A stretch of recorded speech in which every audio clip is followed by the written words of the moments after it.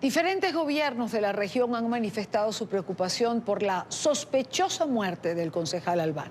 Estados Unidos, Ecuador, Argentina, Brasil han emitido comunicados y declaraciones sobre lo que ocurrió el pasado 8 de octubre con el político opositor. Revisemos los pronunciamientos. Mediante un comunicado, la Casa Blanca condenó el hecho, responsabilizó al Estado por esta muerte y pidió la liberación de todos los presos políticos venezolanos. Exigió a Maduro que tome medidas directas y creíbles para restablecer la democracia en Venezuela. El canciller del Ecuador mostró su preocupación por la muerte de Fernando Albán, ya que estaba detenido por el Servicio Bolivariano de Inteligencia. Abro comillas, el gobierno de Lenín Moreno expresa la imperiosa necesidad de esclarecer las circunstancias de su muerte, que se produjo mientras se encontraba en custodia y por tanto bajo la responsabilidad de las autoridades venezolanas, quienes debían garantizar su integridad física y también emocional. Asimismo, el Ministerio de Relaciones Exteriores de Argentina, a través de un comunicado, cuestionó la versión del gobierno de Maduro sobre lo ocurrido con Albán. El gobierno argentino cuestiona la explicación brindada por las autoridades venezolanas sobre la causa de la muerte del concejal Fernando Albán, ocurrida el 8 de octubre del corriente, y aboga por su rápido esclarecimiento. También Brasil se sumó a los cuestionamientos sobre el caso. En una nota expresó las circunstancias de la muerte de Fernando Albán en instalaciones carcelarias bajo el derecho integral, control de las autoridades venezolanas suscitan legítimas y fundadas dudas en cuanto a eventuales responsabilidades y exigen la más rigurosa, independiente y transparente investigación. Cuando son las 6:08 en Caracas, Venezuela, quiero saludar en esta parte del programa a Julio Borges, expresidente de la Asamblea Nacional de Venezuela y coordinador nacional de Primero Justicia. Julio, buena tarde, gracias por acompañarnos. Gracias a ti, Dani, un saludo a todos los que nos escuchan y nos ven. Muchas gracias. Lamentablemente en una circunstancia que ninguno quisiera vivir, en una circunstancia que ninguno de nosotros hubiese querido tener que transmitir, relatar o comentar, pero es la realidad. Fernando Albán ha muerto y cuando reviso los comunicados que se han publicado el día de hoy desde la Casa Blanca y distintas cancillerías, lo único claro, Julio, es que nadie cree lo que el gobierno venezolano está diciendo en este momento. Sí, Dania, bueno, el gobierno tiene cero credibilidad en el tema de derechos humanos, en el tema democrático y en todos los temas. Esa es la realidad. Nadie le cree nada. Es un gobierno que no solo no tiene legitimidad, sino no tiene ningún tipo de confianza para nadie.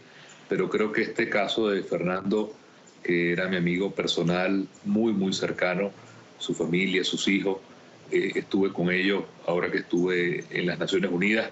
Se trata de un caso que obviamente para nosotros rebosa, digamos, la última gota que faltaba de lo que tiene que ser para nosotros un hecho de convertir toda esta rabia, esta indignación, este dolor en energía para cambiar de una vez por todas, no la dictadura que es en Venezuela, sino el Estado fallido que está caóticamente sobre Venezuela en este momento.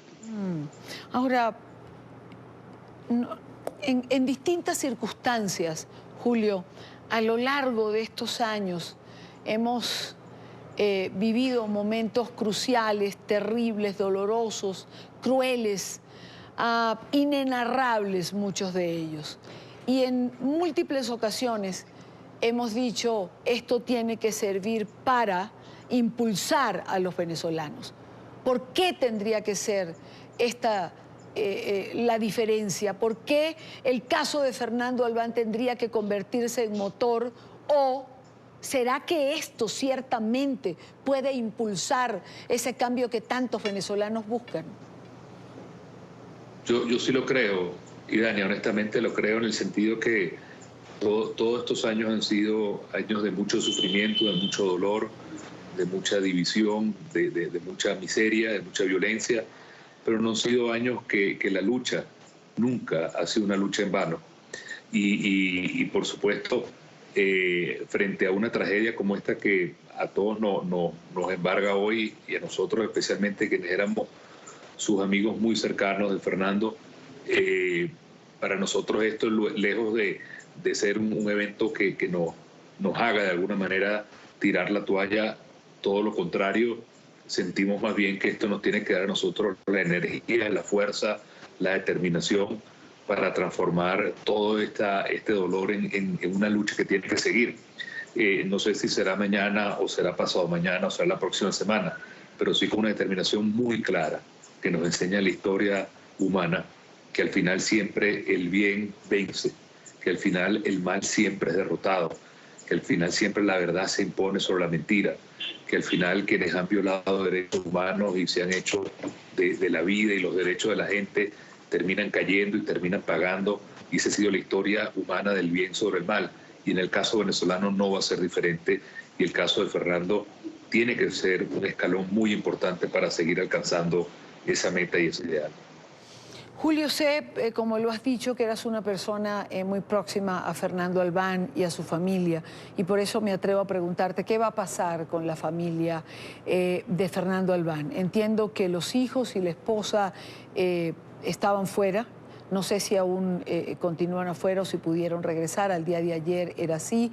Hoy ya se ha hablado de una empresa gestora que estaba simplemente legalizando sus papeles, o ya el gobierno empieza a elucubrar en torno a... Pero ¿qué va a pasar con la familia? Mira, el gobierno ha comenzado todo lo que es la destrucción moral del enemigo. Como buen gobierno dictatorial y totalitario, lo que hace es destrozar a quien se le pone al frente físicamente, como hicieron Fernando, y quizás ahora querrán hacerlo moralmente, como la maquinaria de maldad ellos lo hacen en la propaganda, como sucedió en Nicaragua, como sucede en Cuba, como sucedió en la Unión Soviética. El guión es el mismo. Fíjate, Fernando, puedo contarlo con total convicción, porque lo viví junto a él.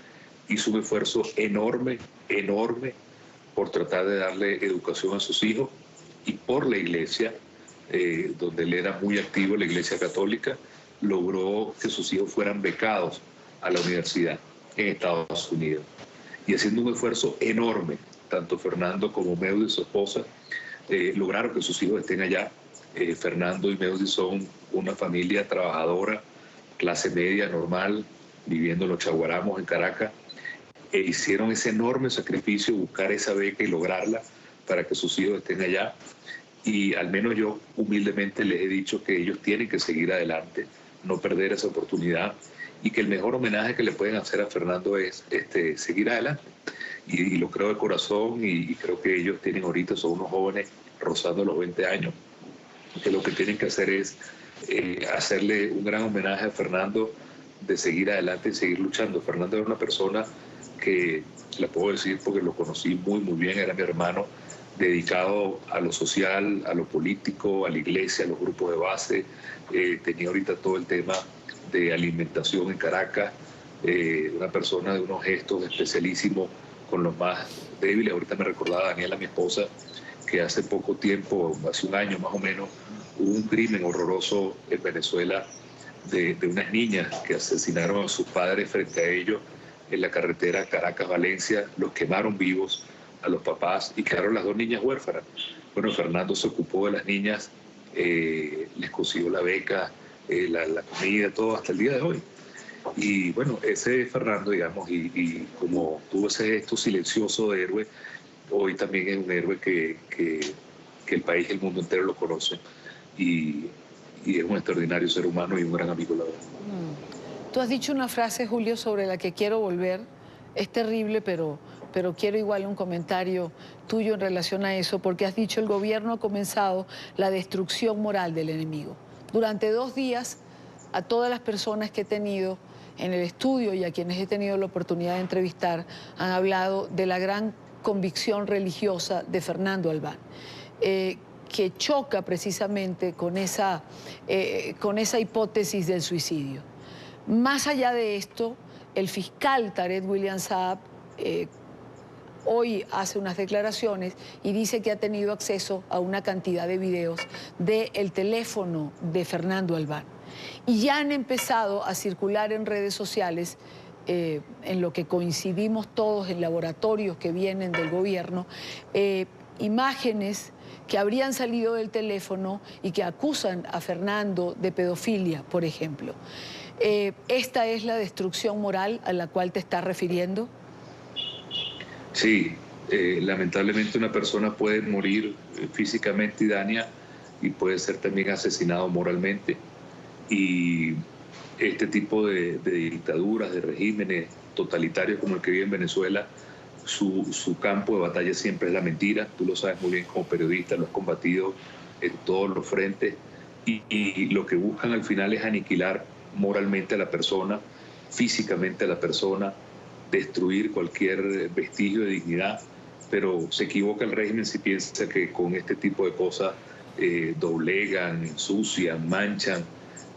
A mí realmente lo que me da es un profundo dolor humano pensar que nuestro país esté en manos de seres tan absolutamente bajos, capaces de esto y de mil cosas más. Pasó lo mismo con Juan Requesens, ha pasado lo mismo con decenas y quizás centenas y quizás miles de estudiantes presos durante todos estos años que han sido sometidos a tortura, que han sido de alguna manera violentados sus derechos humanos. Fernando es un caso que hoy nos sacude, pero como tú has dicho, son años de esta lucha y Dios nos permita que este sea el punto final de todo esto y que nosotros sigamos adelante para tener el país que merecemos y que merecen los hijos de Fernando, los hijos de todos los venezolanos.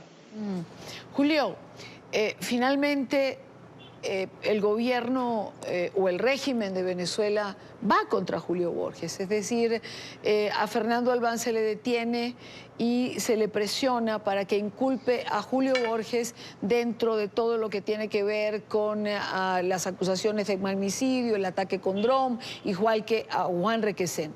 ¿Qué está haciendo Julio Borges que molesta tanto al régimen venezolano en este momento, que necesita construir este guión poniendo preso, deteniendo a personas y forzándolas a mentir en relación a un historial particular que ellos quieren consolidar como una verdad oficial? Mire, Dania, yo honestamente no soy de los dirigentes políticos que vive del ruido, sino de las cosas que hago y de los testimonios que tengo. Si tú ves la sentencia que hizo el Tribunal Supremo de Justicia en mi contra, ahí está la historia que me enorgullece de todas las cosas que hemos hecho. Haber frenado el endeudamiento ilegal del gobierno, lo ponen allí. Haber luchado por las sanciones contra los violadores de derechos humanos, lo ponen allí. Haber tenido todo el llamamiento de las manifestaciones de calle junto con todos los dirigentes del año pasado. Haberme negado a firmar lo que era la trampa de República Dominicana y hacer que al gobierno se le cayera la legitimidad entera. Haber logrado que el mundo entero desconociera la constituyente el año pasado y que más de 60 países no solamente sino desconocieran cualquier acto constituyente.